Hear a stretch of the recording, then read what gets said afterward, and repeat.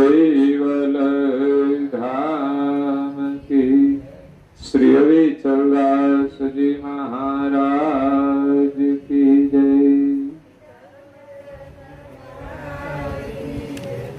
सतकेवल साहेब, सतकेवल साहेब, सतकेवल साहेब। जन्म दुख व्याधि बहु भयो, निरसत्वा निरमल थई गये। परम गुरु हकीम प्रगटे सुख देवा,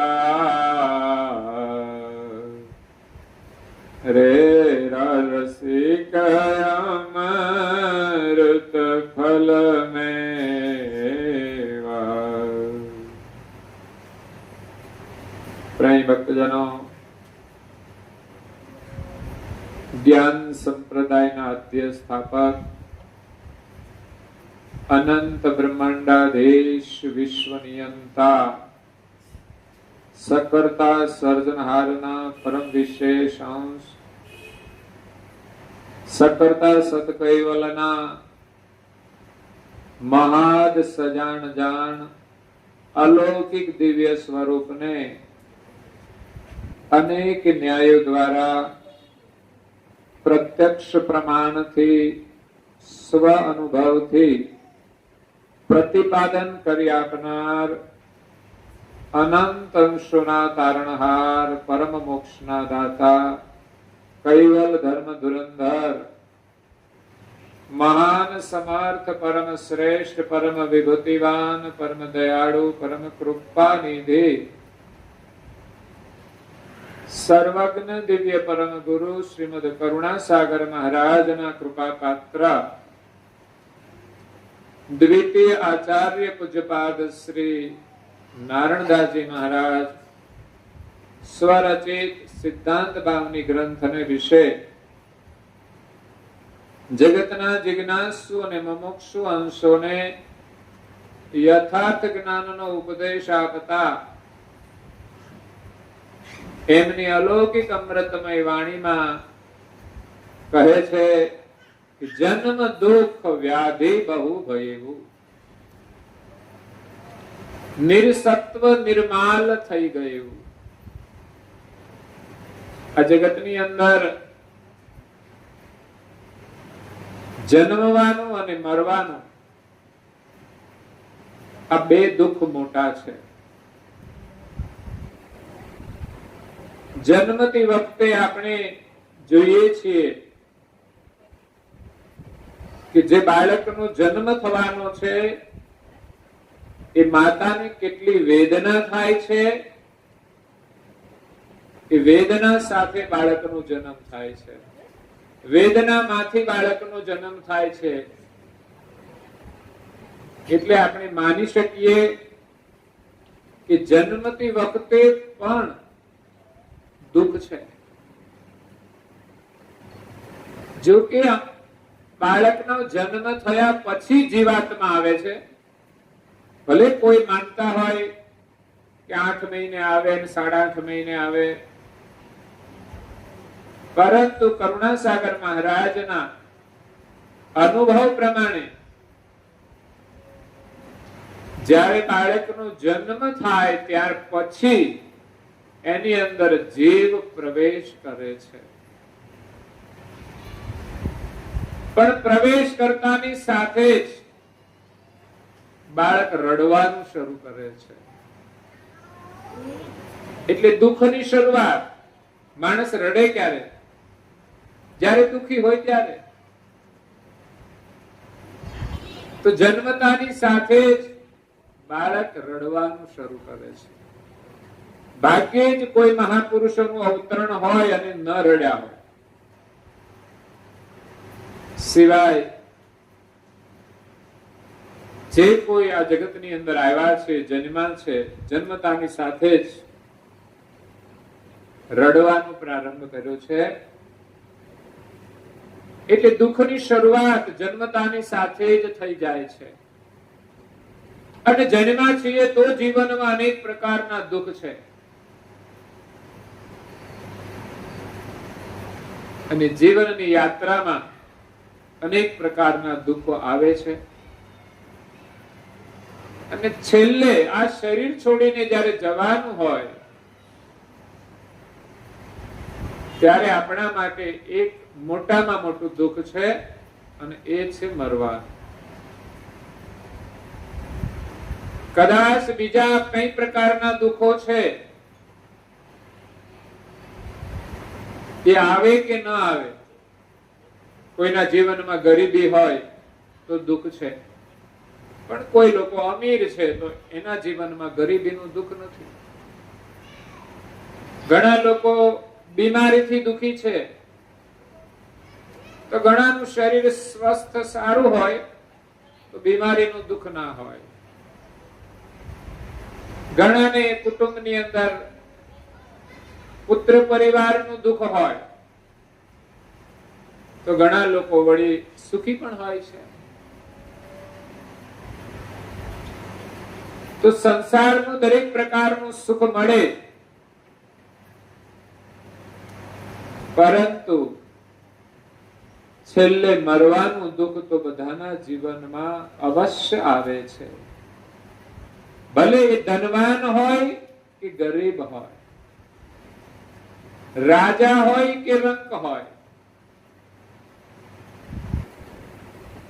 શરીર સુંદર હોય કે ના હોય, અરે બાળક હોય કે વૃદ્ધ હોય, ક્યારેક ક્યારેક તો નાની ઉંમરમાં પણ એ મૃત્યુ આવી જાય છે.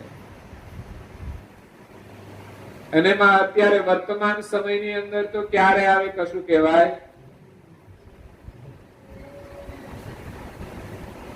કોરોનાની ઝપેટમાં જો આવી ગયા તો નાની ઉંમરના લોકો પણ ચાલ્યા જાય છે. અને મહાપુરુષો એમ કહે છે કે મરવાનું દુઃખ બહુ મોટું છે. જીવને જ્યારે આ શરીર છોડવાનું થાય ત્યારે બહુ જ કષ્ટ થાય છે. જીવનમાં કદાચ એવું કષ્ટ બીજા કોઈ પણ દુઃખથી નથી થતું. જીવનમાં સુખ દુઃખની અનેક પરિસ્થિતિઓ આવે છે, પણ મરવાનું દુઃખ બધાના કરતા મોટું છે. એટલે અહીંયા નારણદાસજી મહારાજ કહે છે કે જન્મ દુઃખ વ્યાધિ બહુ ભયું. જન્મનું દુઃખ અને એનો જે વ્યાધિ છે એક પ્રકારનો રોગ માનવામાં આવ્યો છે. જન્મ એક મોટો રોગ છે. જ્યાં સુધી જન્મશું ત્યાં સુધી દુઃખ છે જ. જ્યારે જન્મવાનું ટળી જશે ત્યારે જ આપણા દુઃખનો અંત આવશે. તો જન્મનું દુઃખ ટાળવા માટે જ આ મનુષ્ય જન્મ મળ્યો છે. જીવનમાં મૃત્યુનું દુઃખ આવે એ પહેલા આપણે એવું જીવન જીવવાનું છે કે ફરી જન્મ ના લેવો પડે. કોઈએ ભજનમાં કહ્યું છે, તમે કદાચ સાંભળ્યું પણ હશે, ભક્તિ કરો તો એવી કરજો ફરી જન્મ ના લેવા પડે. જન્મ ન લેવા માટે મહાપુરુષો એમ કહે છે તમે ભક્તિ કરજો તો તમને મુક્તિ મળશે, જન્મ મરણના દુઃખમાંથી મુક્તિ મળશે. પણ એવી ભક્તિ કરો કે ફરી જન્મ ના લેવો પડે. સંસારની જન્મ મરણ વાળી ભક્તિ કરીશું તો દુઃખોમાંથી મુક્તિ નહીં મળે. એ ભક્તિ કેવી છે કે ભૌતિક સુખની આશાથી લોકો ભક્તિ કરે છે, તો ફરી વારંવાર જન્મ લેવો પડે છે. જન્મ લઈએ એટલે દુઃખ પણ ભોગવવું પડે છે. દુઃખ તો આપણા કર્મ પ્રમાણે મળે છે. ભૌતિક જીવનમાં પણ આપણે જો સુખી થવું હોય, દુઃખી ના થવું હોય, તો આપણા કર્મ ઉપર આપણે ધ્યાન આપવું પડશે. માણસ જેવા કર્મ કરે છે એનું ફળ એને અવશ્ય મળે જ છે. તો ક્યારે આપણે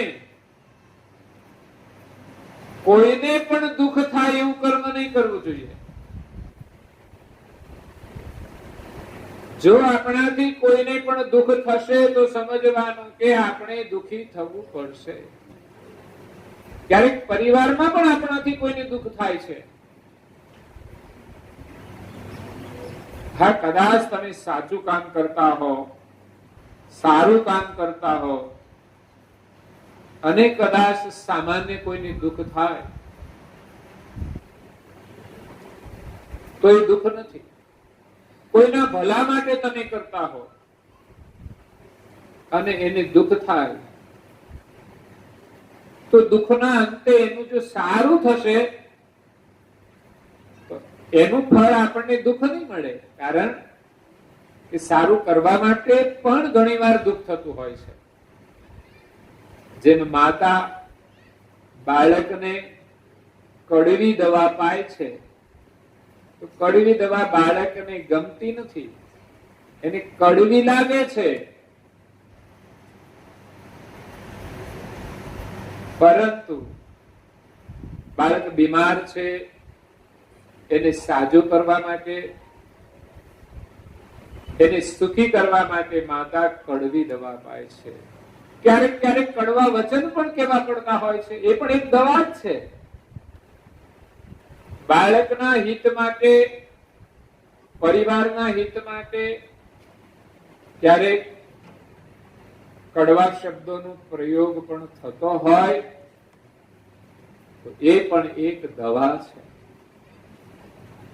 કડવા શબ્દના પ્રયોગની સાથે પરિવાર સાથે એમનો પ્રેમ જોડાયેલો હોય, પરિવારને સુખી કરવા માટે એ પ્રયોગ કરે તો એ દુઃખદ નથી. પણ ક્યારેક વ્યક્તિ પોતાના સ્વાર્થ માટે, પોતાની ઈચ્છા પ્રમાણે જીવવા માટે જ્યારે બીજાને દુઃખી કરે, બીજા દુઃખી થતા હોય કે બસ હું કહું એમ જ થવું જોઈએ. ઘરમાં મોટા હોઈએ તો પણ એવું નહીં માની લેવું જોઈએ કે હું કહું એમ થાય એ જ બરાબર. ઘરમાં નાનામાં નાની વ્યક્તિની વાત પણ સારી હોય, સાચી હોય, એનો સ્વીકાર કરવો જોઈએ. અને આપણે આગ્રહ રાખીએ કે હું કહું એમ થાય, મારી વાત બધા સ્વીકારે, તો આગ્રહ આપણે એટલો જ રાખવો જોઈએ કે આપણી વાત સારી છે, સાચી છે, સ્વીકારવાનો પણ આગ્રહ હોય, પણ એના ઉપર દુરાગ્રહ નહીં હોવો જોઈએ. કોઈ ન સ્વીકારે તો પછી એની ઈચ્છા. મહાપુરુષોની વાતો 100% સાચી છે, 100% સાચી છે. એનો આગ્રહ પણ છે કે દુનિયા અમારી વાતનો સ્વીકાર કરે, છતાં પણ એને સ્વતંત્રતા હોય છે. સ્વીકારે તો એને લાભ છે, ન સ્વીકારે તો એની ઈચ્છા. એમ ઘરમાં પણ સાચી અને સારી વાત સામેથી લોકો સ્વીકારે એવો આપણો આગ્રહ હોવો જોઈએ. નહીં તો દુરાગ્રહથી એનું પરિણામ સારું નથી આવતું. એટલે જીવનમાં સુખી થવા માટે આપણે સારા કાર્યો કરીશું, બીજાને આપણે સુખી કરીશું તો અવશ્ય સુખી થઈશું. આપણા જીવનમાં સુખ અને દુઃખ બંને આવે છે. સુખ સારા કર્મોનું પરિણામ છે, અને દુઃખ ખોટા કર્મનું પરિણામ છે, દુષ્ટ કર્મનું. પછી જેવા કર્મ હોય એ પ્રમાણે એનું ફળ મળે છે. એટલે એમની સ્વીકૃતિ પણ આપણે કરવી જ જોઈએ. સુખ આપણને ગમે છે, એનો સ્વીકાર કરીએ છીએ, તો જીવનમાં ક્યારેક દુઃખનો પણ સ્વીકાર કરવો પડતો હોય છે, ગમતું નથી એમ સમજીને કરવો પડે છે કે આપણા કર્મનું કઈ પરિણામ છે. અને ઘણા દુઃખો તો આપણા મનથી બનાવેલા છે. કોઈની પાસે છે ને આપણી પાસે નથી, એનું દુઃખ આપણા મનથી બનાવેલું છે.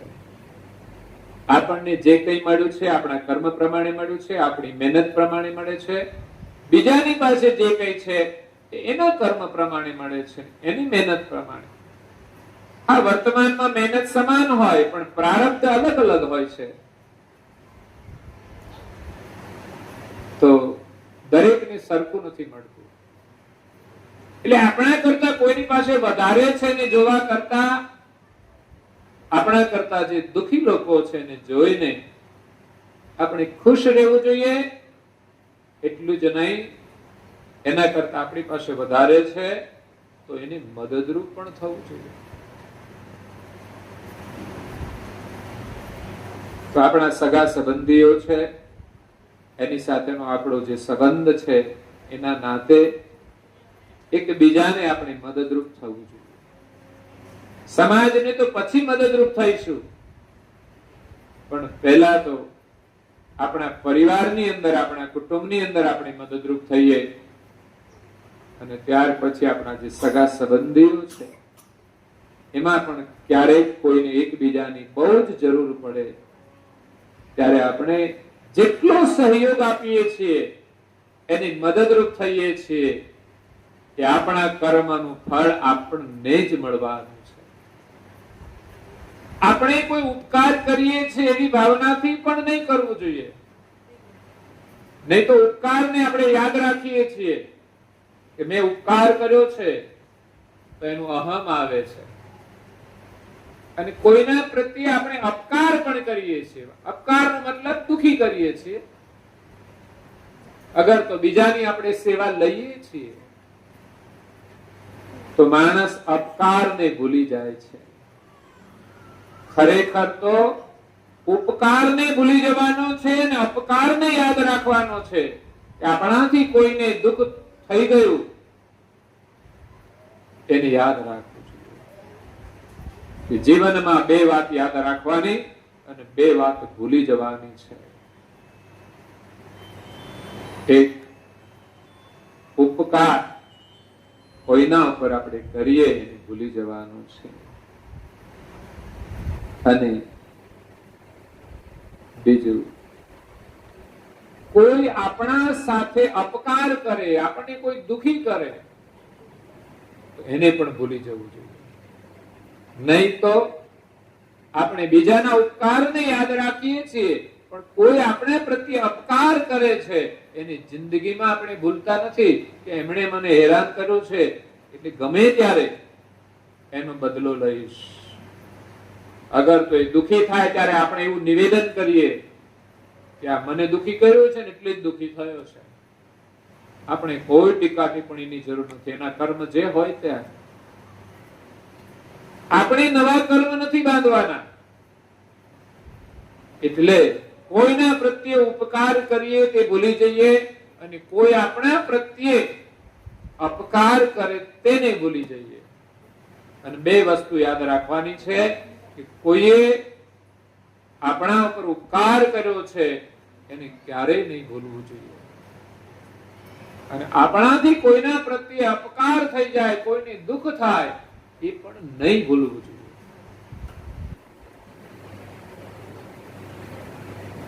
એટલે આપણા સુખ દુઃખનો આધાર આપણા કર્મ ઉપર છે.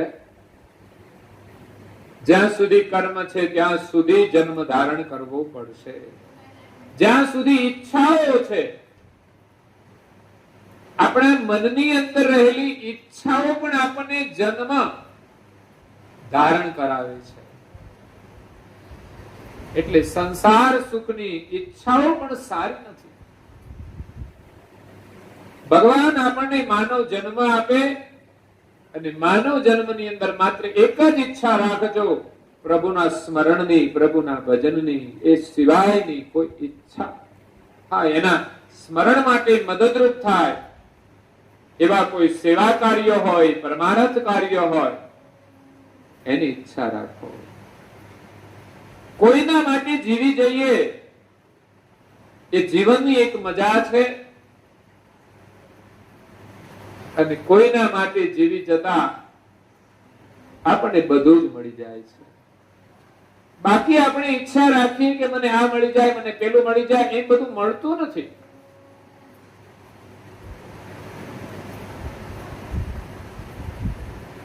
આપણી ઈચ્છા કરતા બીજાની જે જરૂરિયાત હોય એની મહત્વ આપીશું તો આપણું જીવન સુખી થઈ જશે. એક વિધવા માતા છે, મોટી ઉંમરે એમને દીકરાનો જન્મ થયેલો, અને દીકરાના જન્મ પછી એમના પતિનું મૃત્યુ થયું. એટલે માતા બહુ જ ગરીબ છે. ગરીબીનું દુઃખ હતું, પુત્ર નહોતો એનું દુઃખ હતું, પણ પુત્રનો જન્મ થયો એટલે એના જીવનમાં થોડી ખુશી તો આવી, પણ ઘરની અંદર ખાવાનું પણ મળતું નથી સમયે, એનું પણ એક મોટું દુઃખ છે. છોકરો મોટો થાય છે, 15 વર્ષનો થયો, માતાની ઉંમર મોટી થઈ જાય છે, કારણ કે મોટી ઉંમરે એમને દીકરાનો જન્મ થયેલો. એમણે એના દીકરાને કહ્યું કે બેટા, જંગલની અંદર એક મહાન સંત છે, એ સંતને તું પૂછી આવ કે અમારા આ દુઃખના દિવસો ક્યારે પૂરા થશે, અમારી ગરીબી ક્યારે દૂર થશે. દીકરો કહે છે કે માં, એ પૂછવાની શું જરૂર છે? આપણી ગરીબી છે તો છે, મહાત્મા તો એ ગરીબી દૂર કરી શકવાના નથી, એ આપણને ધન આપી શકવાના નથી, પણ તું પૂછી આવ તો આપણને થોડી હિંમત તો આવે કે બસ હવે આટલા દિવસો પછી આપણા જીવનમાં સુખના દિવસો આવશે. તો મનની અંદર એક મનોબળ આવે. જેમ કોઈ જેલમાં કેદી હોય, એ દિવસો ગણતો હવે કેટલા દિવસ રહ્યા જેલમાં રહેવાનું, જયારે છૂટવાનું નજીક આવે એની આમ ઉમંગ થાય કે આટલા દિવસ પછી તો અમે છૂટી જઈશું. એમ આપણા જીવનની ગરીબી દૂર થવાની હોય તો આપણામાં એક હિંમત આવે, અને ન થવાની હોય તો પછી આપણે મન રાખીને બસ મન બનાવી લઈએ કે બસ આમ જ જીવવાનું છે, હવે બધી આશાઓ છોડી દેવાની. તો માની આજ્ઞા માનીને દીકરો જવા માટે તૈયાર થાય છે. ક્યારેક ક્યારેક ઘરમાં એવી પરિસ્થિતિ હોય, એમાંથી બોધ એ લેવાનો છે કે દીકરો માની આજ્ઞા માને છે. હા, એકાદ વખત તમે એને કહી શકો કે ભાઈ આ શું જરૂર છે, પણ છતાંય માં જયારે આજ્ઞા કરે ને ત્યારે ભીતરની અંદર કંઈક એનો ઉદ્દેશ સમાયેલો હોય છે, એની અંદર કંઈક સાર હોય છે. માં વારંવાર દીકરા માટે કે કોઈના માટે આગ્રહ કરે, ભીતરમાં કંઈક એની ઉમદા ભાવના સમાયેલી હોય તો જ કહેવાય છે. નહીં તો દીકરો એમ કે માં શું જરૂર છે જવાની,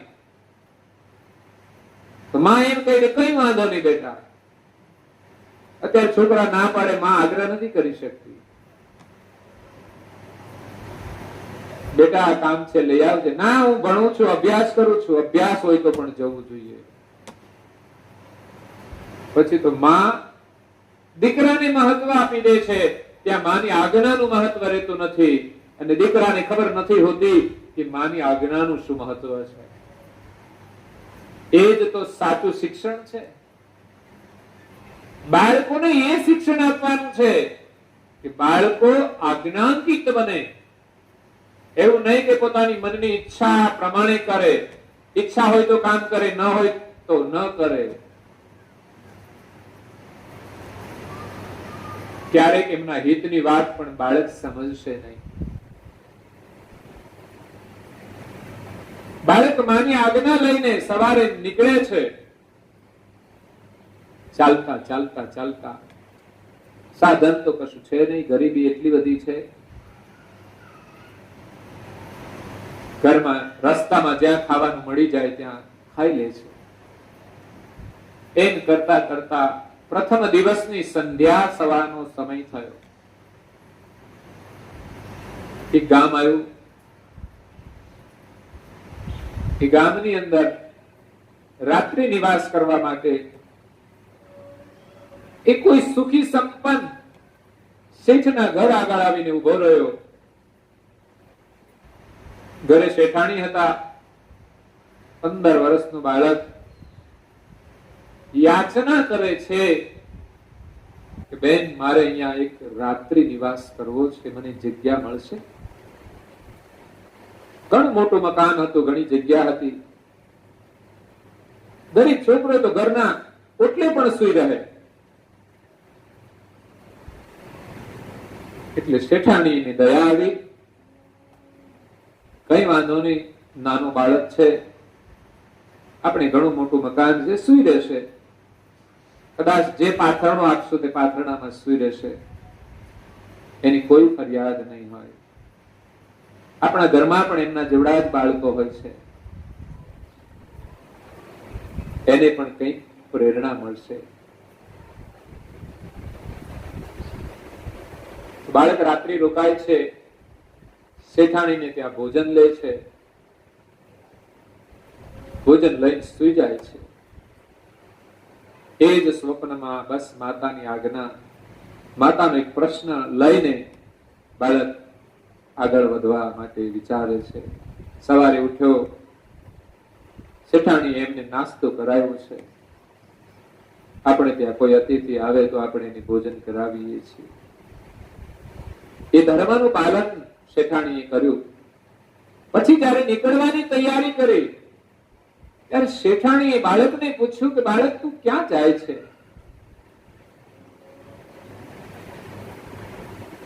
બાળક કે મારી માતાનો એક પ્રશ્ન લઈને એક મહાત્મા પાસે જાઉં છું. શું પ્રશ્ન છે? તો તમે ખૂબ ગરીબ છીએ એટલે માએ કહ્યું કે અમારા દુઃખના દિવસો ક્યારે પૂરા થશે? અમારા જીવનમાં સુખનો સૂર્યોદય ક્યારે થશે? દુઃખની રાત્રિ ક્યારે પૂરી થશે? ત્યારે શેઠાણીને એને થયું કે આ દુઃખી છે. તો તારા પ્રશ્નનો જવાબ મેળવવા માટે જાય છે તો એક મારો પ્રશ્ન પણ લેતો જા. છોકરાને એમ થયું, એમણે કહ્યું કે તમે તો સુખી સંપન્ન છો, તમારે શું દુઃખ હોઈ શકે? પણ એવું નથી કે જેના ઘરે ખૂબ સંપત્તિ છે, મોટું મકાન છે, બધી વ્યવસ્થા છે, તો કોઈ દુઃખ નથી. એના ઘરમાં પણ દુઃખ હોય છે.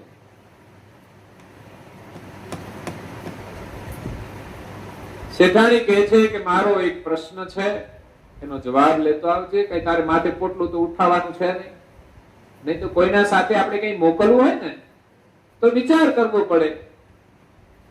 કોઈની ગાડીમાં જવું હોય તો જગ્યા છે કે નહીં જવું પડે, કોઈ સામાન મોકલવો હોય તો જગ્યા છે કે નહીં જવું પડે. આ તો એક પ્રશ્ન હતો અને બાળક એમના પ્રશ્ન માટે જાય છે તો જોડે જોડે બીજો પ્રશ્ન પણ લેતો જશે, એનો જવાબ લેતો આવશે. બાળક ના નથી પાડતો. બેને કહ્યું શેઠાણીએ કે મારો પ્રશ્ન છે કે મારી એક દીકરી છે, 13 વર્ષની, અને એ મૂંગી છે. એ બોલતી થશે કે નહીં, માને એ દુઃખ છે. અમીર હોય છતાં પણ ઘરમાં જો આવું મૂંગું બાળક હોય તો સ્વાભાવિક છે ને દુઃખ થાય. અપંગ બાળક હોય, કઈ પણ ખોડ હોય, મા બાપને હંમેશા દુઃખ રહે છે. કદાચ સમૃદ્ધિ ઓછી હોય ને તો વાંધો નહીં, પણ આ બાળકને આજીવન એનું દુઃખ છે. મૂંગા રહેવાનું એટલે સાહેબ 5 મિનિટ લોકો નથી મૂંગા રહેતા. આ તો સારું છે, કથા ચાલતી હોય ત્યાં સુધી આપણે મૂંગા રહીએ. અને માસ્ક પહેર્યું છે ને એમ જ કે છે બહુ વધારાનું બોલશો જ નહીં. એ કોરોના જ છે, વધારાનું નહીં બોલવું. ગાંધીજીના વાંદરાએ કહ્યું છે ને, મુખ આડું હાથ રાખીને કે છે કે તમે જૂઠું ના બોલશો. એ જૂઠું બોલવાનું કે છે, પણ વધારે ના બોલો એ પણ જરૂરી છે. કારણ કે વધારાનું બોલીએ એ સાચું નથી હોતું. જરૂરી હોય એના માટે તો ભગવાને મુખ આપ્યું છે, પણ વધારાનું બોલીએ છે એ તો ખોટું છે. કામ વગરની વાતો કરવામાં કોઈ લાભ નથી હોતો. ફોન ઉપર આપણે ઘણી વખત છે ને લાંબુ લેક્ચર કરીએ, કામની વાત હોય એનાથી પછી 15 મિનિટ અડધો કલાક જતો રહે છે. પણ ક્યારેક પછી છે ને લોકો ફોન કરે તો ફોન ઉપાડતા નથી. કેમ તો આ તો લાંબુ લેક્ચર કરે છે, મૂકો. અકળાઈ જાય લોકો. એટલે સામેવાળાને પસંદ છે કે નહીં એ પણ જોવાનું.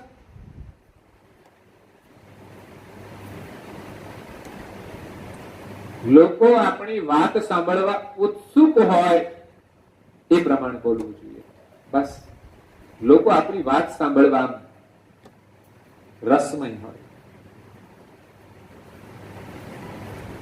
મારી દીકરી મૂંગી છે, બોલતી થશે કે નહીં, અને એનો વિવાહ થશે કે નહીં. બીજો પ્રશ્ન તો એ ઉભો થાય કે મૂંગી બાળકી છે એનું લગ્ન થશે કે નહીં.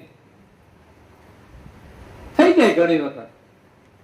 મૂંગા મળી જાય છે, અપંગે અપંગ મળી જાય છે.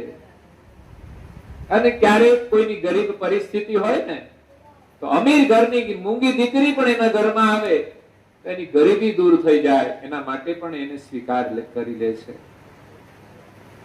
તો એનો પ્રશ્ન બહુ જરૂરી હતો. એટલે બાળક કે છે મને અહીંયા રાત્રિ રાખ્યો છે, મને આશરો આપ્યો છે, હું ચોક્કસ તમારા પ્રશ્નનો જવાબ લઈ આવીશ. પછી આગળ યુવાન ચાલતો થાય છે. રસ્તામાં એક સાધુ એમની કુટિયામાં સાધના કરે છે. આશ્રમ છે, જંગલ નથી. માએ જે કહ્યું છે એ મહાત્મા જંગલમાં રહે છે, જ્યારે આ સાધુ તો કોઈ બીજા હતા. એ સાધના કરે છે. બાળકની તરસ લાગેલી એટલે મહાત્માની કુટિયામાં જાય છે. મહાત્મા એને પાણી પાય છે. પૂછે છે બાળક તું ક્યાં જાય છે? મારી માનો એક પ્રશ્ન છે, એનો જવાબ લેવા જાઉં છું કે અમારા દુઃખના દિવસો ક્યારે પૂરા થશે. અને જંગલની અંદર એક મહાત્મા છે. માએ ખબર આપી છે કે લોકોના પ્રશ્નોના જવાબ આપે છે. અને આપણને ખબર પડે તો આપણે જઈએ. હો, સાચું કે છે.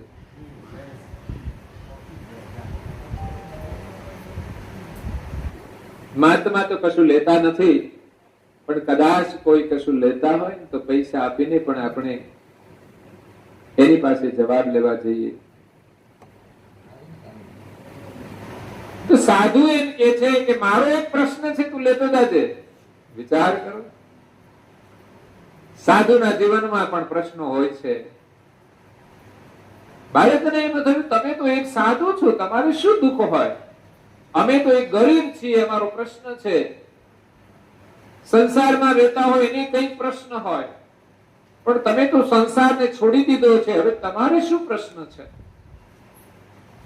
મારો પ્રશ્ન એટલો જ છે કે હું સાધના કરું છું, પણ 12 વર્ષથી તપ કરું છું.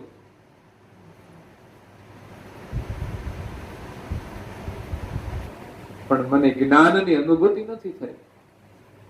ક્યારે થશે એ પણ એક પ્રશ્ન તો છે. વાત ઘણી સાચી છે. સાધુનો પ્રશ્ન આધ્યાત્મિક હતો, બહુ જરૂરી હતો. એટલે બાળકને કઈ વાંધો નહીં, તમારા પ્રશ્નનો જવાબ લેતો આવીશ. બાળક આગળ ચાલે છે. રસ્તામાં જતા જતા જતા મધ્યાહનનો સમય થયો છે. એક ખેડૂત એના ખેતરમાં કામ કરે છે. મધ્યાહનનો સમય થયો એટલે એમણે બળદને છોડી ભોજન લેવા માટે એક વૃક્ષના નીચે વિશ્રામ કર્યો. ખેડૂતની પત્ની એમના માટે ભોજન લઈને આવે છે. આ બાજુ બાળક ત્યાંથી પસાર થાય છે. બાળકને ખૂબ ભૂખ લાગી છે. ખેડૂત પતિ પત્ની બંને ભોજન કરવા માટે ત્યાં બેસે છે.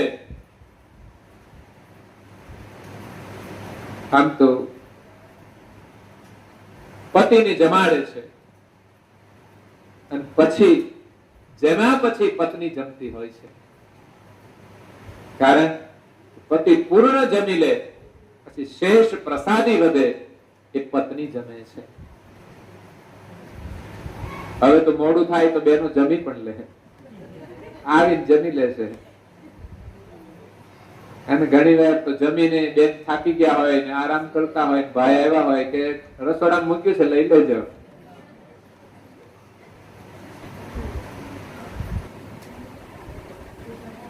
અહીંયા ખેડૂતની પત્ની એના પતિને જમાડે છે.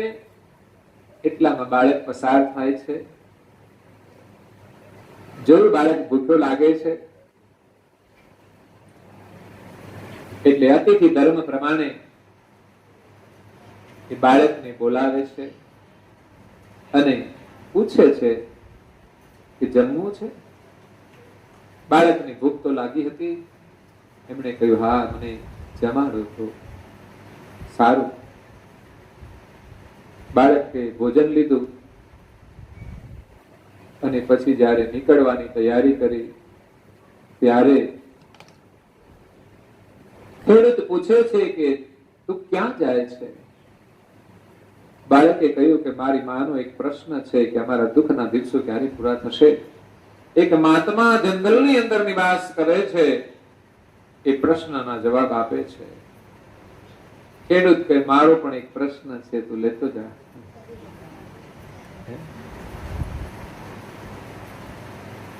બાળક કહે છે તમારો પ્રશ્ન શું છે? તમારે તો આટલી બધી જમીન છે, તમારા ધર્મ પત્ની છે, હા કોઈનું લગ્ન ના થાય તો પ્રશ્ન હોય છે ને ઘણા ઘરમાં અમે જઈએ તો કે આમનો ગોઠવાશે કે નહીં. આ સમસ્યા છે.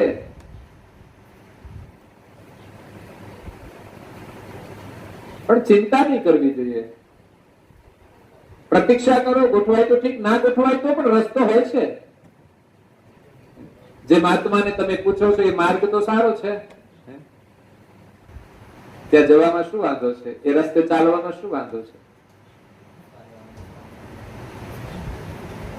મહારાજના આશીર્વાદથી જો તમારા કામ થઈ જતા હોય તો પછી મહારાજ બનવામાં શું વાંધો છે?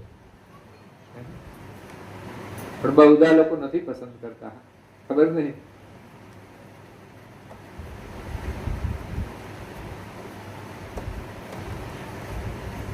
તો અહીંયા ખેડૂતનો પ્રશ્ન છે કે મારે ખેતર જમીન ઘણી બધી છે પણ કે છે એની અંદર જે વાવું છું એનો વિકાસ નથી થતો, અને વિકાસ નથી થતો તો એને ફળ પણ નથી લાગતા. એવી ખેતી શું કામની કે જ્યાં છોડનો વિકાસ ન થાય અને એની ફળ ન લાગે. પછી તો થોડું ઘાસ થાય, જે બળદ હોય એને પોષણ મળે, પણ પોતાના માટે તો બહુ મોટી સમસ્યા. એટલે વાત તો ઘણી સાચી છે. જમીન હોય પણ પાક ના આવે તો શું કામનું? એટલે એમનો પ્રશ્ન લઈને બાળક આગળ વધે છે. જતા જતા જતા જતા જંગલની અંદર ત્યાં પહોંચી જાય છે જ્યાં મહાત્મા ધ્યાનમાં બેઠેલા છે. મહાત્માના દર્શન કરતા જ એની કરુણા બાળકને પ્રાપ્ત થઈ જાય છે. એના અંતરની અંદર આનંદનો અનુભવ થાય છે. સમજી લો, સંત કશું બોલે કે ના બોલે, આપણા સામે દ્રષ્ટિ કરે કે ન કરે, એમના આશીર્વાદ મળી જાય છે જ્યારે આપણે એના દર્શન કરીએ છીએ.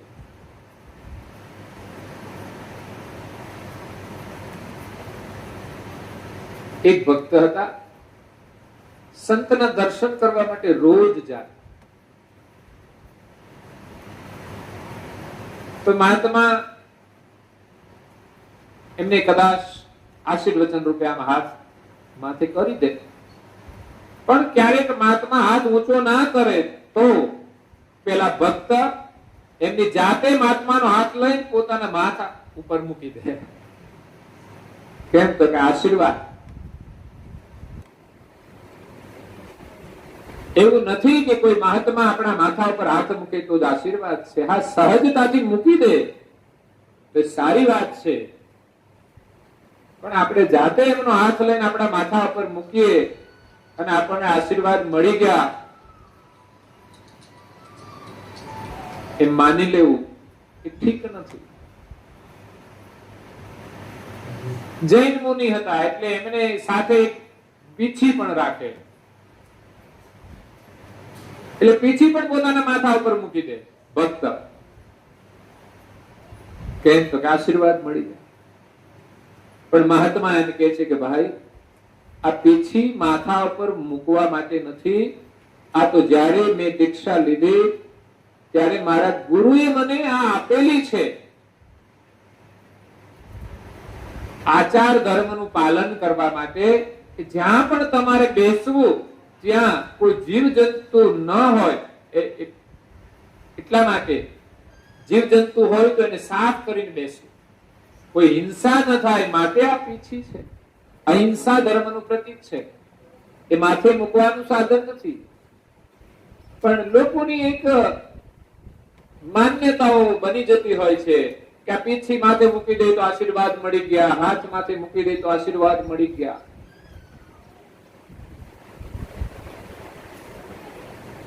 આશીર્વાદ તો એની પ્રસન્નતા હોય ને એ આશીર્વાદ છે. તમે દર્શન કરવા જાઓ, એ કદાચ બોલે કે ન બોલે, એમની માત્ર દ્રષ્ટિ પડી જાય તો પણ આશીર્વાદ છે. કદાચ એની ઈચ્છાથી પૂછી લે તમારું નામ, તમારો પરિચય, તો પણ આશીર્વાદ છે કે એના હૃદયમાં તમે સ્થાન લીધું છે.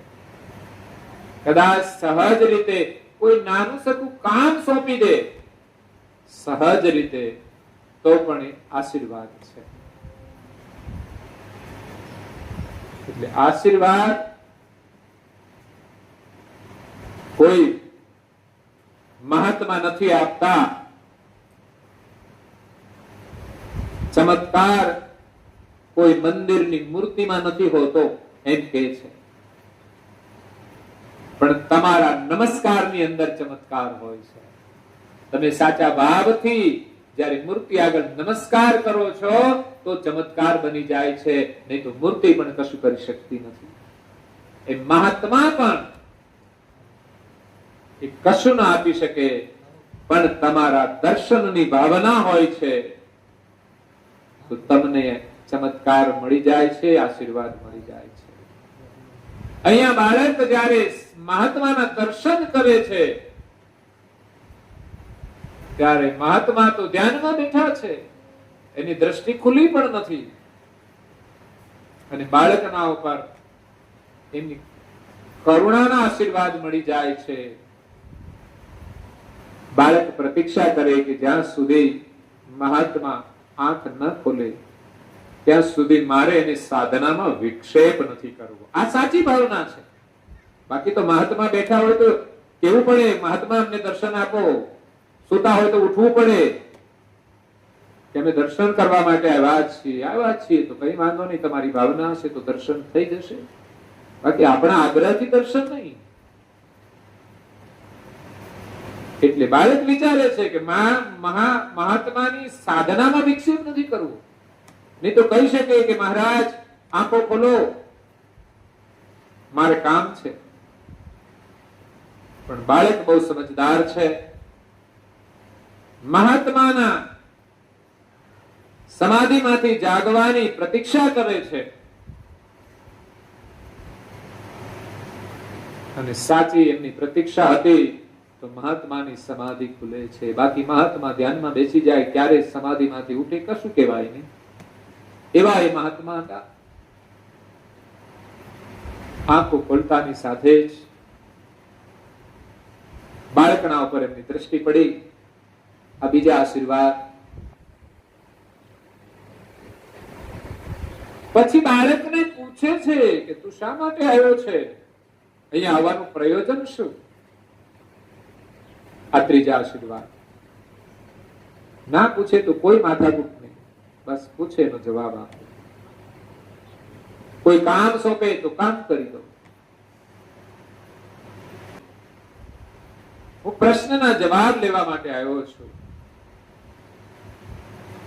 મહાત્માએ કહ્યું કે હું જ્યારે સમાધિમાંથી જાગું છું ત્યારે 3 પ્રશ્નોના જવાબ આપું છું, એથી વધારે નથી આપતો.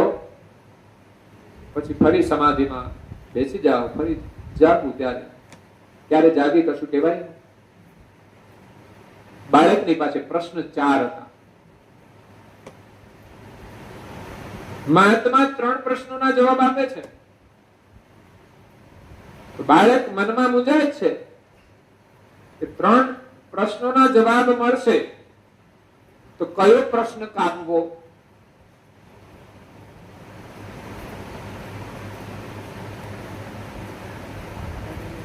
દસ માંથી 8 પ્રશ્નોના જવાબ લખવાના છે. વિચારીએ કે નહીં કયા 8 લખવા?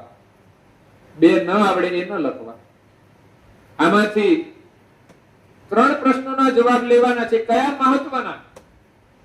કયો પ્રશ્ન છોડવો?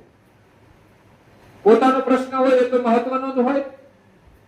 આપણા ઘરમાં આપણું હોય તો મહત્વ જ હોય.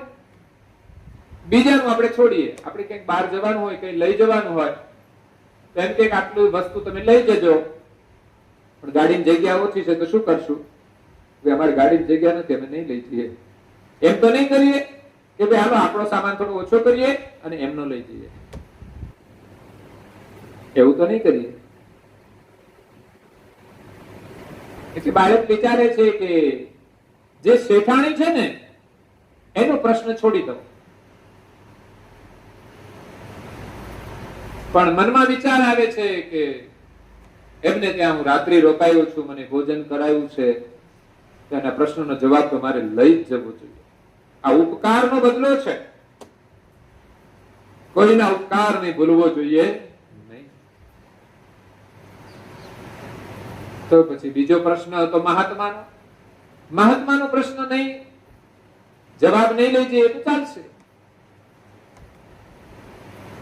પણ અંતરથી અવાજ આવે છે. આપણે શું કરવું શું ન કરવું એના જવાબો અંદરથી આવતા હોય છે. પછી આપણે નિર્ણય કરતા હોઈએ છીએ. અંદરથી 2 જવાબ આવે, 2 પ્રકારના જવાબ. એક જવાબ હોય છે શૈતાનનો. શૈતાન જવાબ આપે ત્યારે એમ કે છે કે ભાઈ છોડજો ને, એનું શું મહત્વ છે? અને બીજો એક જવાબ આવે છે ભગવાનનો. સાચો જવાબ હોય છે. માણસ જ્યારે પણ ખોટું કામ કરે ત્યારે ભીતરમાંથી એક અવાજ તો અવશ્ય આવે. ભગવાન એક વાર તો અવાજ કરે કે આ ખોટું છે. એક અવાજ આવ્યા પછી પાછો બીજો અવાજ આવે શૈતાનનો, અને એમ વિચારે કે આવું ખોટું હું એકલો ક્યાં કરું છું, બધા જ કરે છે. અંદરથી જવાબ આવે છે કે તું એકલો નહીં, બધા જ ખોટું કરે છે, તારે કરવાનો કઈ વાંધો જ નહીં. બધા જ જયારે પ્રસંગ હોય ત્યારે સીધા દોરડા નાખે છે, આપણે નાખવાનું શું વાંધો? આવો જવાબ આવશે અંદરથી. બધા કરે છે આવું. માસ્ક પહેરવાનું હોય તો આપણે એમ ના વિચારીએ કે આપણા લાભ માટે આપણે પહેરવાનું છે. સરકારનો નિયમ છે, કાયદો છે, 100 રૂપિયા દંડ છે, તો રસ્તામાં પહેરવો પડશે, નહીં તો ના પહેરીએ આપણે. સાચું કહેજો. જો પોલીસ વાળા ના પકડે તો આપણે ના પહેરીએ.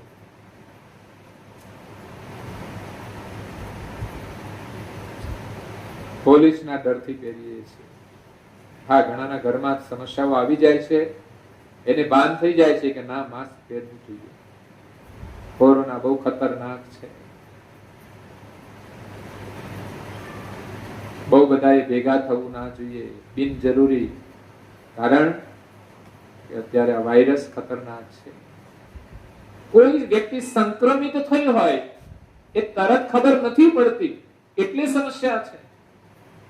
ક્યાંથી સંક્રમિત થઈને આવે છે, પછી બીજી જગ્યાએ પાછા બધાની સાથે બેઠા હોય, એમાંથી કોઈને સંક્રમિત કરી જાય તો એને પણ ખબર ના હોય કે હું ક્યાંથી સંક્રમિત થયો કે ક્યાંથી સંક્રમિત થઈ છું. એટલે ઘણીવાર પરિવારના બધા સભ્યોને કોરોના લાગી જાય છે, કારણ કે એકને લાગુ પડ્યો છે, એનો ટેસ્ટ ના થયો હોય, એટલે પછી આખા ઘરને લાગી જાય. અમારા ડ્રાઈવરે મને ફોન કર્યો કે તમારે એક પ્રોગ્રામમાં જવાનું છે પણ હું નહીં આવી શકું. 5 દિવસ પહેલા 14 તારીખનો એક પ્રોગ્રામ હતો, 5-6 દિવસ થઈ ગયા.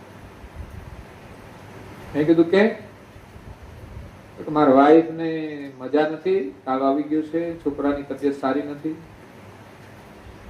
એટલે આજે મારાથી નહીં આવી શકાય.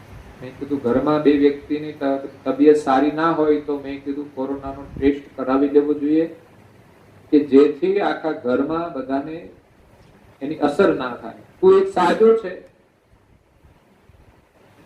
તો કે બોટલ ચડાવી હતી, આમ કર્યું તો હવે સારું છે. મેં કે સારું હોય કે ટેસ્ટ કરાવી લો. કરાવવાનું શું વાંધો છે? ખબર પડે તો એનો ઈલાજ થાય, એને અલગ રાખી શકાય. ટેસ્ટ કરાયો તો પોઝિટિવ આવ્યા, અને એનો ટેસ્ટ કરાયો તો એ પોઝિટિવ, એને આવવાની તૈયારી, સંક્રમિત તો થઈ જ ગયો. ઘરમાં દાદા હતા, એ પણ સંક્રમિત થઈ ગયા. આખું ઘર અત્યારે કોરોના પોઝિટિવમાં છે. રસ્તામાં આવ્યો ત્યારે જ ફોન કર્યો. મેં કીધું કેમ છે? તો કે બાલાસિનોરથી કે ટિફિન લાવે છે બેનના ઘરેથી. એટલે જેના ઘરમાં સમસ્યા હોય એને અનુભવ થઈ જાય છે. એને કેવું નથી પડતું કે માસ્ક પહેરવું જોઈએ, કે ડિસ્ટન્સ રાખવું જોઈએ. ડિસ્ટન્સ તો લોકો સામેથી રાખવા મળે કે આના ઘરે તો કોરોના છે, ના જવાય. એટલે બહુ જ નિતાંત જરૂર હોય અને એને પણ સાવધાનીથી કરવું જોઈએ. એવો આ સંદેશ છે કોરોનાનો.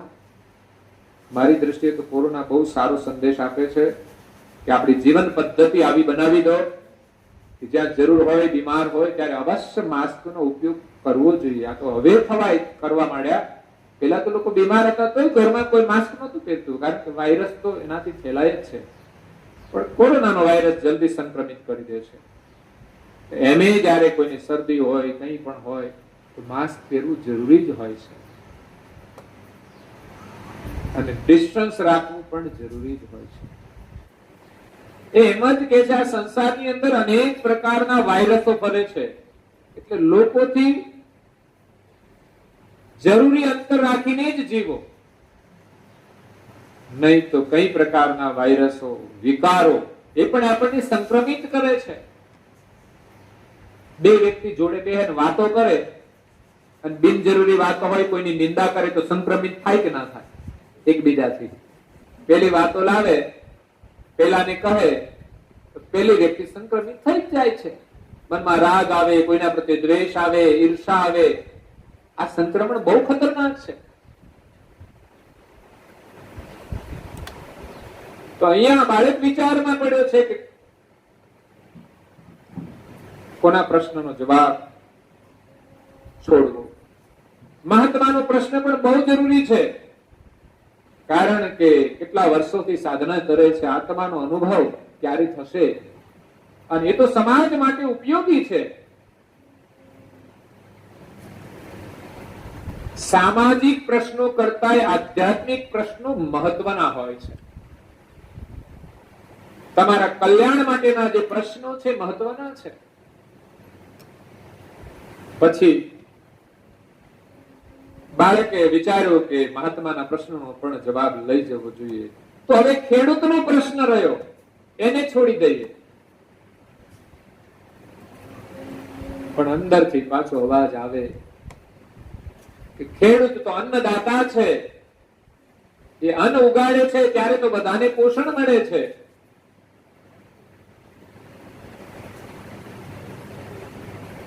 કિસાન એ બધાનું જીવન છે. કિસાન અને જવાન આ બે થકી સમાજને કેટલો લાભ છે. કિસાન છે તો માણસ ભૂખ્યો નથી રહેતો, બધાને અન્નનું પોષણ મળે છે. અને એક જવાન દેશની બોર્ડર ઉપર છે તો માણસ શાંતિથી ઊંઘી શકે છે. જો દેશની બોર્ડર ઉપર જવાનો ન હોય તો આતંકવાદીઓ જો આપણા દેશમાં હોય તો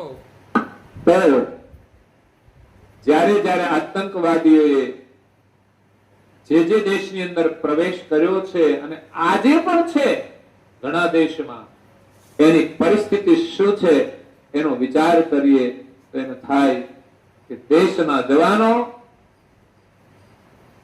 દેશની બોર્ડર ઉપર રહીને આપણી સુરક્ષા કરે છે, માટે આપણે શાંતિથી ઊંઘીએ છીએ. એવું નહીં કે બંગલો છે એટલે શાંતિથી ઊંઘીએ છીએ, પંખો છે એટલે શાંતિથી ઊંઘીએ છીએ, એર કન્ડિશન છે એટલે શાંતિથી ઊંઘીએ છીએ.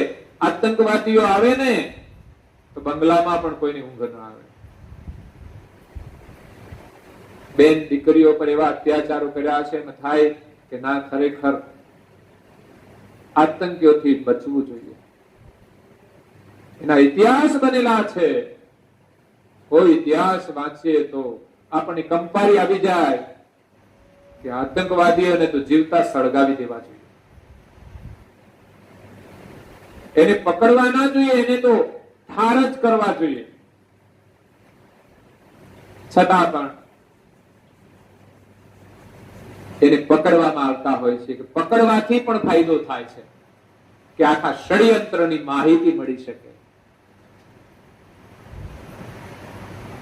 એટલે મહાત્માનો પ્રશ્ન જરૂરી છે, કિસાનનો પ્રશ્ન પણ જરૂરી છે. આપણા દેશના એક બહુ જ પ્રામાણિક વડાપ્રધાન,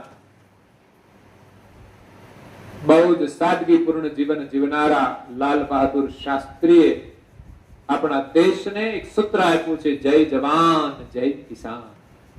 બંનેના માટે એમણે આ સૂત્ર આપ્યું છે. ખરેખર બહુ જ મહત્વપૂર્ણ છે.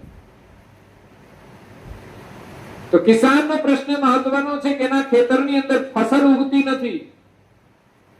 એ ઉગશે તો અન્ય દુઃખીને પોષણ મળશે, ભૂખ્યાને ભોજન મળશે. એટલે ત્રણેય પ્રશ્નો મહત્વના છે. એમણે પોતાનો પ્રશ્ન છોડી દીધો છે અને બીજા ત્રણ પ્રશ્નો મહાત્માને કયા એનો જવાબ લઈને એ યુવાન પાછો આવે છે. પોતાના કરતા બીજાનું કાર્ય મહત્વનું હોવું જોઈએ. જ્યારે બહુધા લોકો પોતાનું કાર્ય મહત્વનું હોય છે, બીજાના ગૌણ હોય છે. હા, આપણા ઘરમાં જે નિકટના સંબંધી હોય એનું કાર્ય આપણે મહત્વનું હોય, એનાથી દૂર ના હોય એનાથી દૂર થોડું કાર્ય મહત્વનું હોય છે. પણ અહીંયા તો કોઈ એમના સંબંધી નહોતા, પણ ત્રણેયનો એક ઉપકાર હતો એટલે ત્રણેયના કાર્ય મહત્વના હતા. કદાચ પોતાનો પ્રશ્ન નહીં પૂછે તો ચાલશે, પણ બીજાના પ્રશ્નો છે એ મહત્વના હતા. કારણ કે દરેકે એમને કોઈએ આશ્રય આપ્યો હતો, કોઈએ પાણી આપ્યું હતું, કોઈએ ભોજન આપ્યું હતું. અને બીજી દ્રષ્ટિએ સમાજ માટે જરૂરી લાગ્યા એમને. એટલે બીજાના પ્રશ્નોના જવાબ લઈને એ બાળક પાછો આવે છે ત્યારે પ્રથમ ખેડૂતને મળે છે. ખેડૂત કહે છે, મારા પ્રશ્નનો જવાબ તું લાવ્યો? બાળક કહે છે, હા. તો કે મારા ખેતરમાં ફસલ પાક કેમ નથી આવતો? તો કે તારા ખેતરની અંદર જમીનમાં સુવર્ણની મુદ્રાઓ રહેલી છે, એને લઈને તું જે વાવે છે એના મૂળ એની અંદર વિકાસ નથી પામી શકતા, માટે એને તું કાઢી લે તો તારી ખેતી સારી થશે. હવે અત્યારે જો આપણા ખેતરમાંથી સુવર્ણની મુદ્રાઓ નીકળે તો આપણે તો ખેતી જ કરવાનું બંધ કરી દઈએ. શું કહેવાનું? સાચું કે ખોટું? સુવર્ણ એટલું બધું મળી જાય પછી ખેતી કરવાની ક્યાં જરૂર છે? પણ ભાઈઓ, સુવર્ણ મહત્વનું નથી, પણ કાર્ય મહત્વનું હોય છે. માત્ર ધન મળી જાય એનાથી આપણું જીવન સુખી નથી થતું, જીવન ગુજારો નથી થતો. ધન તો કાલે ખાલી થઈ જાય. બહુ ધન મળી જાય ને એને જતાય વાર નથી લાગતી. અને કદાચ આપણે જમીન પણ વેચી દઈએ પણ પછી આપણે જ ભૂખ્યા રહેવું પડે. તમને હું એક વર્તમાનનો એક પ્રેરણારૂપ પ્રસંગ કહું. ઉત્તર પ્રદેશના નોઈડાની એક દીકરી, જેનું નામ છે વૈષ્ણવી, ત્યાં કોલેજનો અભ્યાસ કરીને એ વિદેશની અંદર આગળ ભણવા માટે જાય છે. ત્યાં 5-7 વર્ષ સુધી અમેરિકામાં રહી. કેટલી ટેલેન્ટ હશે, હોશિયાર પણ હશે, અને એક રમત ગમતની પ્લેયર હતી. એ રમતની અંદર પણ આપણા દેશની બહાર, દેશની અંદર વિજય મેળવીને આંતરરાષ્ટ્રીય કક્ષાએ ખેલતી હતી.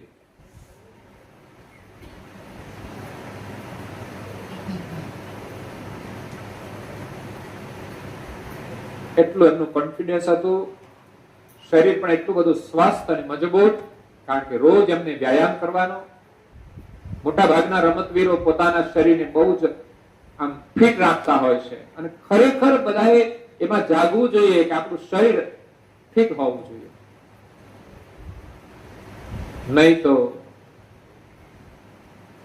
ઓવરવેટ થઈ જાય એ પણ એક પ્રકારની બીમારી છે, જિંદગીભરની ગુલામી છે શરીરની. એ દીકરી વિદેશમાં ભણી અને ત્યાં જોબ કરીને સારી રીતે સુખી થઈ શકે એના માટે કોઈ પ્રશ્ન નહોતો. અને બહુધા લોકો અહીંથી ભણીને વિદેશમાં રહેવાની ઈચ્છા રાખે છે કે ત્યાં જઈએ તો આપણે સુખી થઈએ, પૈસા સારા મળે, બસ આટલું જ લક્ષ્ય. સુખી થવા માટે માત્ર પૈસા જોઈએ એવું લોકો માને છે. પણ જીવન આપણું કેવું હોવું જોઈએ એનું જરાય વિચાર નથી કરતા કે જીવન ઉત્તમ કયું છે. માત્ર પૈસા માટે જ નોકરી કરવી, એના માટે પ્રશ્ન હતો કે એ ત્યાં રહે તો પછી અહીંયા માતા પિતા દેશમાં એકલા રહે. ઘણા દીકરા અને દીકરીઓ એટલા સજાગ હોય છે કે માતા પિતાને એકલા મૂકીને વિદેશમાં રહેવા તૈયાર નથી. કે વિદેશનું સુખ મળે કે ન મળે, પણ માતા પિતાનું સુખ મળવું જોઈએ. મા બાપ ઈચ્છા રાખતા હોય છે કે તમે ત્યાં રહ્યો, અમે અહીં રહીએ. ઘણી વાર છે ને નવી પેઢી ને જૂની પેઢીને સેટિંગ ના થતું હોય તો કેવું પડે, તમે ત્યાં રહ્યો ને અમે અહીં રહીએ, એને સારું પડે. અને મા બાપ તો એટલા પરિશ્રમી હોય છે ને કે ઉંમર થયા પછી પણ પોતાનું કાર્ય જાતે કરી લેતા હોય છે. થાય ત્યાં સુધી એમ નથી કહેતા કે અમારું કામ કોઈ કરી દે. એ દીકરી અહીંયા પુનઃ ભારતમાં આવે છે. અને આવીને એમની બાપુજીની જમીન હતી ઘણી બધી, 40 એકર જમીન. વિચાર કરો, એક રમતવીર જેની અંદર એમને ગોલ્ડ મેડલ મેળવેલા, એની સુખી સંપન્ન હતી, છતાં પણ એમને ખેતી કરવાનું સ્વીકાર્યું છે. ભણેલી તો હતી જ, પણ આધુનિક પદ્ધતિથી ખેતી કરવી. એવું નહીં કે આ બધા જે પરંપરાથી ચાલ્યા આવે છે એ પ્રમાણે ખેતી કરવી. નહીં તો તમાકુ વાવતા હોય તમાકુ જ વાવવાની, કે અહીંયા તો તમાકુ જ હારી થાય છે. પણ ભણેલા વિચારે કે આ તમાકુનું પરિણામ શું છે તો નથી કરવી. અત્યારે દેશને શાની જરૂર છે, કઈ વસ્તુ ઉત્તમ છે, કઈ સમાજના માટે લાભરૂપ છે, એવી ખેતી કરવી છે. એટલે એમણે દેશી ગાયો લાવી, ગૌશાળા શરૂ કરી, માત્ર દૂધ ઉત્પાદન કરીને કમાવા માટે નહીં, કમાવાના તો સાધનો એની પાસે બીજા અનેક હતા. એટલે ગૌશાળા માત્ર દૂધ ઉત્પાદનથી નિર્વાહ કરવાની વસ્તુ નહીં, પણ એક જૈવિક ખેતી કરવા માટે કે એમની જે વસ્તુ છે ગોબર અને ગૌમૂત્ર, એ ખેતીની અંદર ઉપયોગ થાય અને શુદ્ધ ખેતી થાય, એના ઉદ્દેશથી એમણે એક આખું સ્ટ્રક્ચર ઊભું કર્યું ખેતીનું. વિચારીને, નોલેજ મેળવીને એમના વિશે એમને સ્ટડી કર્યું. આજે એમની પાસે 200 ગાય છે, મોટી ખેતી છે અને ઓર્ગેનિક ખેતી કરે છે. આ એક પ્રકારની જાગૃતિ છે વર્તમાનની, કે શુદ્ધ અનાજ, શુદ્ધ વસ્તુ આપણે ખાઈએ તો આપણું સ્વાસ્થ્ય સારું રહે. એમને એક અનુભવ એવો હતો કે એમના જે દાદા હતા નાના, એની 80 વર્ષની ઉંમર હતી, છતાં પણ એટલા સ્વસ્થ હતા. એનું રહસ્ય કે અમે પહેલાના સમયમાં શુદ્ધ ભોજન કર્યું છે. એટલે દીકરીમાં એવી એક જાગૃતિ આવી કે ખરેખર આપણે શુદ્ધ ભોજન કરવું જોઈએ અને એનો લાભ બીજાને પણ આપવો જોઈએ, એવી એક જાગૃતિ એનામાં હતી. એટલે દીકરી એમ કહે છે કે આજે આ કામ કરીને હું બહુ ખુશ છું. માત્ર પૈસા કમાવાનો જ ઉદ્દેશ નહીં, પણ એક ઉત્તમ કામ કરવાનો એક આનંદ હોય છે. આજની યુવા પેઢી ખેતર આંટો મારવા જાય તો સારું કહેવાય. મા બાપ ખેતી કરતા હોય અને યુવાનો તો ઘરે અત્યારે નવી બહેનો કોઈ ખેતરમાં જતા નથી. હજુ આ બાજુ તો સારું છે, પશુપાલનનું કામ કરે છે. નહીં તો એ છાણ ઉપાડવાનું થી ના ગમે આપણને. ભણેલા ગણેલા લોકો તો કરે જ નહીં. આ તો અમેરિકામાં 7 વર્ષ રહી હોય કે વિદેશોની અંદર જે આંતરરાષ્ટ્રીય લેવલે રમત રમતી હોય અને એક આવો નાનો ધંધો સ્વીકાર કરે, એના એક અંતરના વિચારો છે. તો અહીંયા બાળક આવે છે ખેડૂત પાસે કે જે તમારા જમીનની અંદર સુવર્ણની મુદ્રાઓ છે, એને કાઢી નાખો તમે. તો એને બધી જમીન ખેડી નાખી. બાળક પહેલા તો ખેડૂતને વિચાર આવ્યો કે હું કેટલા સમયથી ખેતી કરું છતાં મને ખબર નથી. પણ આ તો મહાત્માએ એમની દિવ્ય દ્રષ્ટિથી જોયું ત્યારે ખબર પડી કે આખું ખેતર સુવર્ણ મુદ્રાથી ભરેલું છે. તો એમણે તો સુવર્ણ મુદ્રાઓ કાઢી, પણ એને એમ થયું કે આ મુદ્રાઓ મને આ બાળકના લઈને મળી છે એટલે હું ના વાપરી શકું. આ સ્વાર્થ વૃત્તિ ના હોવી જોઈએ ખેડૂતની અંદર. એનો પ્રશ્ન હતો કે મારા ખેતરમાં સારો પાક નથી થતો, તો પછી એનું સોલ્યુશન શું? કે મુદ્રા કાઢી લઈએ તો સારો પાક થશે. તો મુદ્રા તો કાઢી લો એટલે મને સારો પાક તો મળવાનો છે.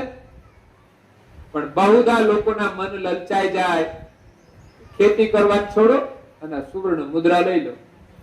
પણ ખેડૂત કે બાળક આ મુદ્રા તું લઈ જા, બધી મારે ના જોઈએ. બાળક એમ કહે છે કે તમે એના માલિક છો, તમારી જમીનમાંથી મળી છે.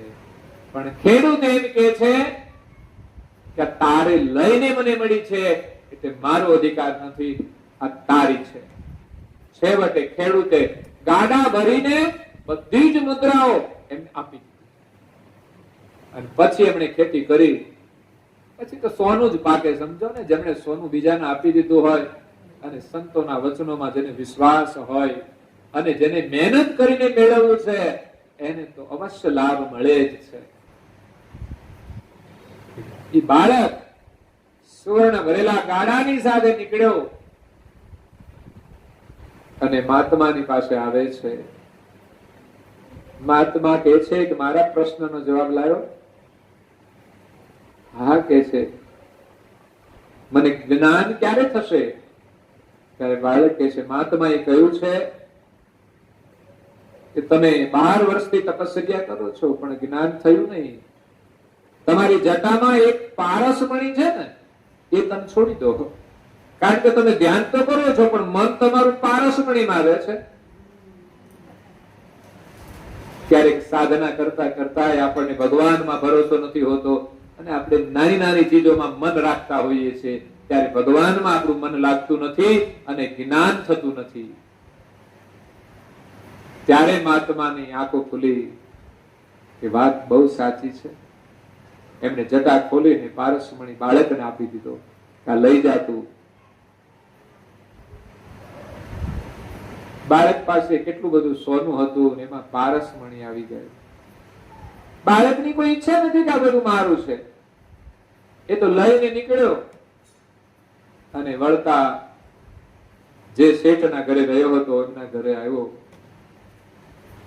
શેઠાણીનો પ્રશ્ન હતો કે મારી દીકરી ક્યારે બોલતી થશે અને એના લગ્ન થશે કે નહીં.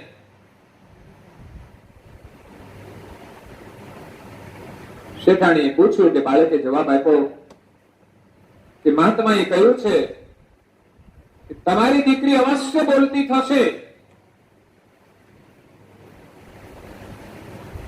એમનો સંબંધ તમે જેની સાથે કરશો, જે યુવાન સામે આવે અને બોલતી થાય એની સાથે જ એના લગ્ન કરજો. 2 કામ સાથે થશે. એટલે માં તો ખુશ થઈ ગઈ. બેટા બેટા બેટા એની દીકરીને બોલાવી. મૂંગી દીકરી માં પાસે આવી અને યુવાન સામે જોતાની સાથે જ બોલી ઉઠી.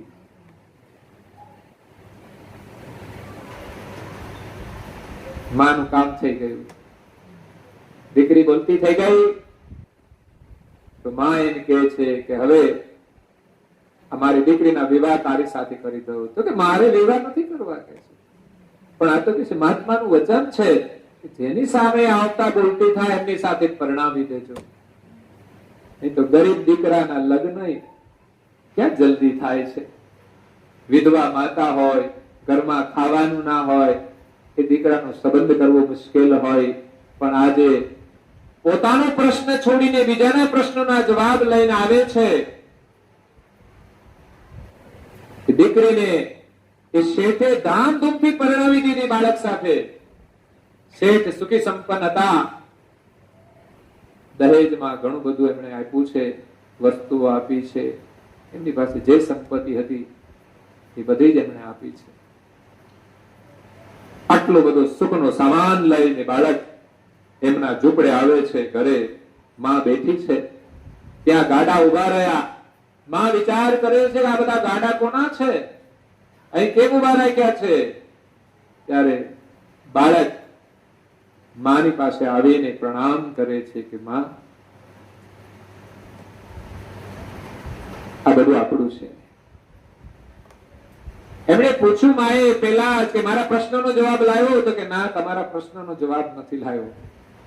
મેં મહાત્માને પૂછ્યું નથી. પણ રસ્તામાં જતા બીજા અનેક લોકોના પ્રશ્નો હતા, એ મહત્વના હતા. એટલે મહાત્મા 3 પ્રશ્નોના જવાબ આપે છે. એટલે આપનો પ્રશ્ન રહી ગયો. પણ લાગે છે કે એના પ્રશ્નનો પણ જવાબ એને મળી ગયો છે. કારણ કે એની ગરીબી ક્યારે દૂર થશે તો એના બદલામાં તો કેટલું બધું ધન મળી ગયું હતું. આ કોઈના માટે કામ કર્યું છે માટે મળ્યું છે, નહીં તો ના મળે. એ યાદ રાખવાનું છે.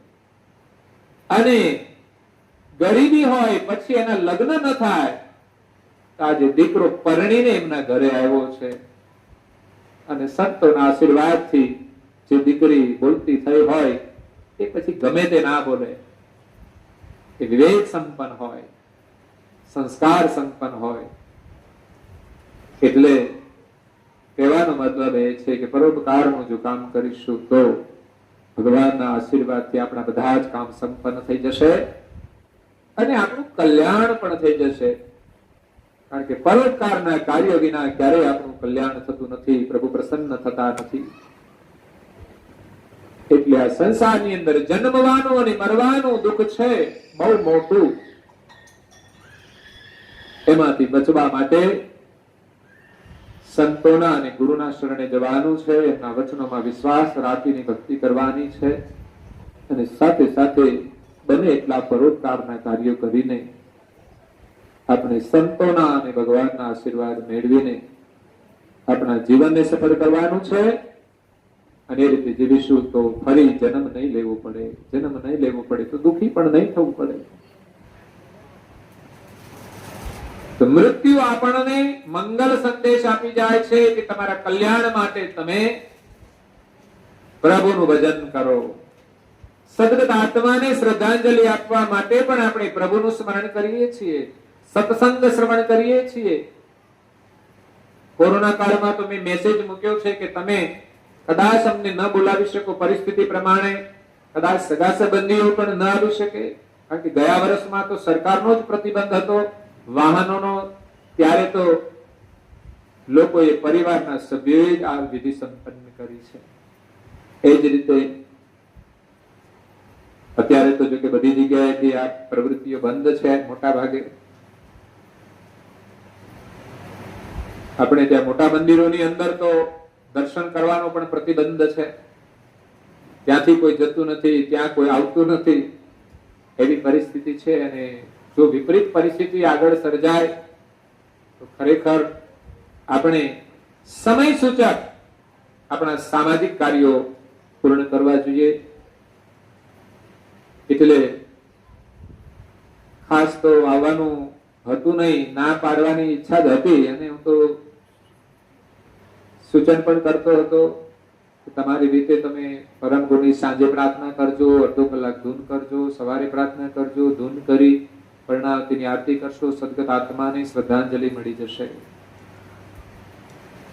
એ તમારો આગ્રહ ઘર તરફથી હશે, પછી તમારા રિલેશન તરફથી હશે. એટલે વિક્રમભાઈનો પણ ફોન હતો, જગદીશભાઈનો પણ ફોન હતો. મને એમ થયું હોય કે જેમને ત્યાં આપણને ઉતારો આપ્યો હોય એ પણ ઉપકાર છે. એટલે જોખમ લઈને પણ કામ કરવું પડતું હોય છે. અને બીજું સાવધાનીથી કામ કરવાનું છે. એટલે સાવધાની માટે તો તમે બધા તૈયાર હોય તો સ્વાભાવિક છે. છતાંય અમે એક મહાત્માની ખબર કાઢવા ગયા કે ક્યાંક ગયો અને ક્યાંકથી લાગી ગયો મને કોરોના, તો 1 મહિનો કાઢી નાખ્યો.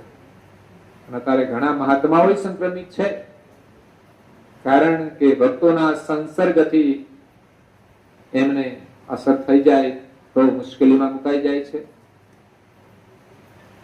અને ઘણી વખત તમે ભાવની મહત્વ આપો તો લોકો બહુ નજીક આવી જતા હોય છે, એવું પણ બનતું હોય છે. તો આજે તમારી એક ઉમદા ભાવનાથી સાવધાની રાખીને આ કાર્યક્રમનો સ્વીકાર કર્યો છે. ખાસ તો મેં સમાચાર મૂક્યા છે કે તમે હમણાં તમારી રીતે આ રીતની પ્રાર્થના ઉપાસના કરી લેજો. કદાચ તમારી ભાવના છે તો હું ગમે ત્યારે સારા સમયે પણ આવીશ, જેથી તમારા સમાજમાં પણ કોઈની તકલીફ ના થાય એનું પણ આપણે ધ્યાન રાખવાનું છે. એટલે સમય અનુસાર આપણે સાવધાની રાખવાની છે. તો સદગત આત્મા કૈવલધામવાસી હર્ષિલાબેનની પાવન સ્મૃતિમાં આજના દિવ્ય સત્સંગની આપણે સૌ શ્રદ્ધાંજલિ અર્પણ કરીએ છીએ. કારણ કે સત્સંગથી જ દરેક આત્માને શાંતિ મળે છે. ત્યારે આપણે સત્સંગ શ્રવણ કરીને પરમ ગુરુના આશીર્વાદ મેળવીને સદગત આત્મા માટે પ્રાર્થના કરીએ છીએ કે સદગત આત્માને આપના શરણમાં નિવાસ આપજો, પરમ શાંતિ આપજો. પુનઃ પુનઃ માનવનું જીવન આપીને આપના શરણમાં નિવાસ આપજો, આપની ભક્તિ કરીને એનું જીવન સફળ કરે એવી પ્રાર્થના કરીએ. અને આપની કૃપા પરિવાર ઉપર પણ વરસતી રહે. પરમ ગુરુમાં શ્રદ્ધા રાખીને નિત્ય નિરંતર પ્રાર્થના કરતા રહેજો. એ સંસ્કાર પણ બહુ મહત્વના છે. આપણું જીવન એમની કૃપાથી જ સુખી થશે, નહીં કે ભૌતિક સુખ સુવિધાઓથી. એ તો પ્રારબ્ધમાં હોય એ પ્રમાણે મળે છે. બાકી સાચું સુખ તો આપણને પરમ ગુરુના સાનિધ્યમાંથી મળે છે. એમના શરણોમાં વિશ્વાસ રાખીને નિત્ય નિયમ પૂજા પાઠ કરજો, પ્રાર્થના કરજો.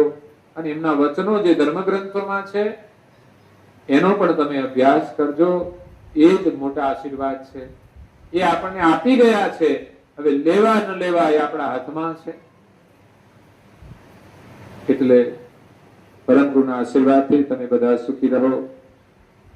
પરિવારની અંદર એક સદસ્યની જે ખોટ છે એનું એક દુઃખ તો હોય છે.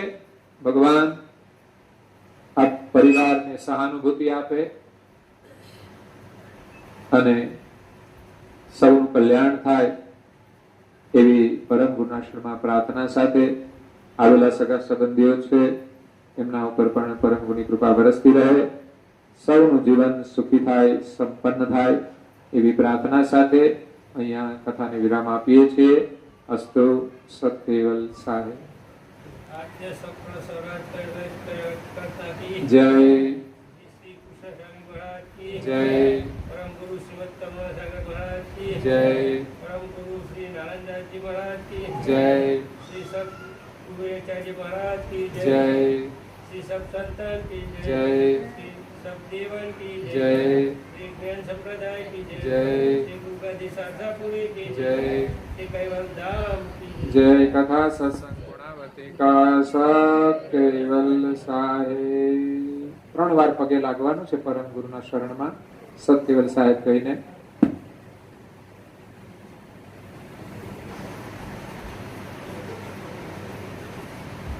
કૈવલ હંસો સત્કેવલ સાહેબ બોલો છો બધા. આજુબાજુ બેઠા છે એમને પણ 2 હાથ જોડીને કહેજો સત્કેવલ સાહેબ, સત્કેવલ સાહેબ.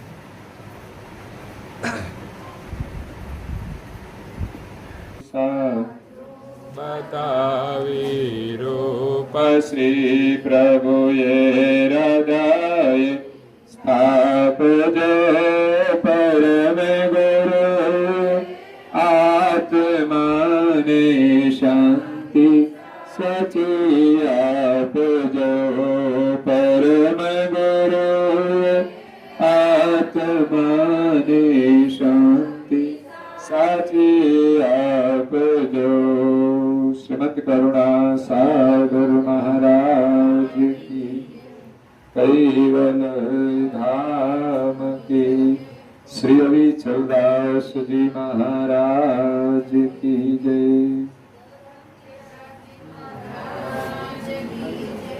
સત્કેવલ સાહેબ.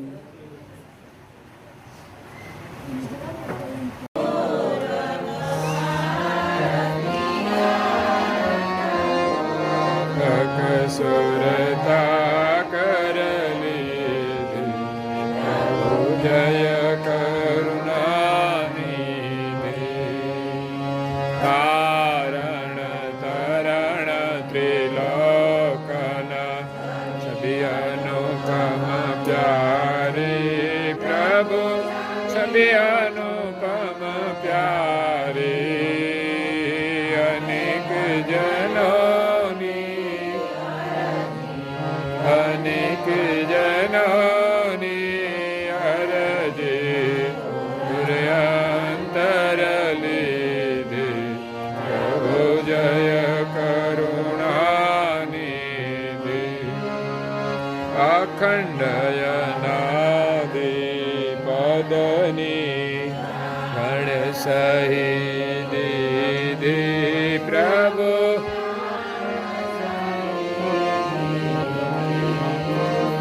સંશય સગયા નિવારી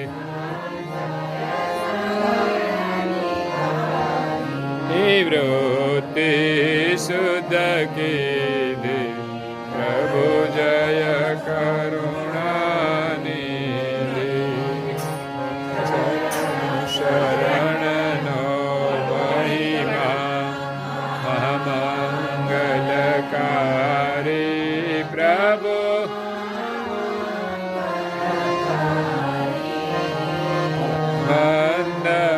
બંધમતીનો માનવ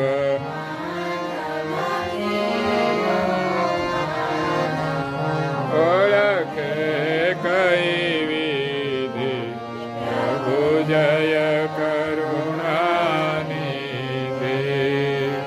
કરુણા સાગર નામ તમારું ચલ પદવાસી પ્રભુ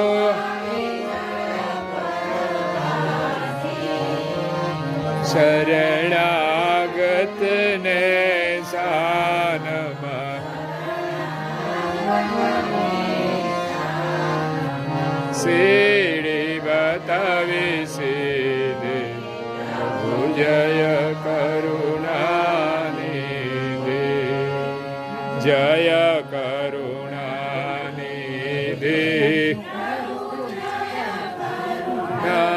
જ્ઞાનિધિ આરતી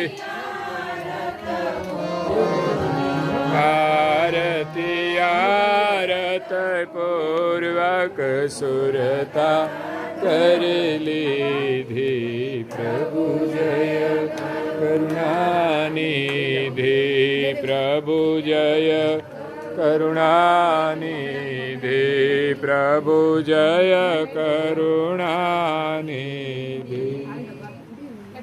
ઓમ વંદુ ગુરુ ચરણ શરણ સામ્રથ કિરતારન તેનું માનત જુગ ઈશ દેશ દસુ શિર સરદારન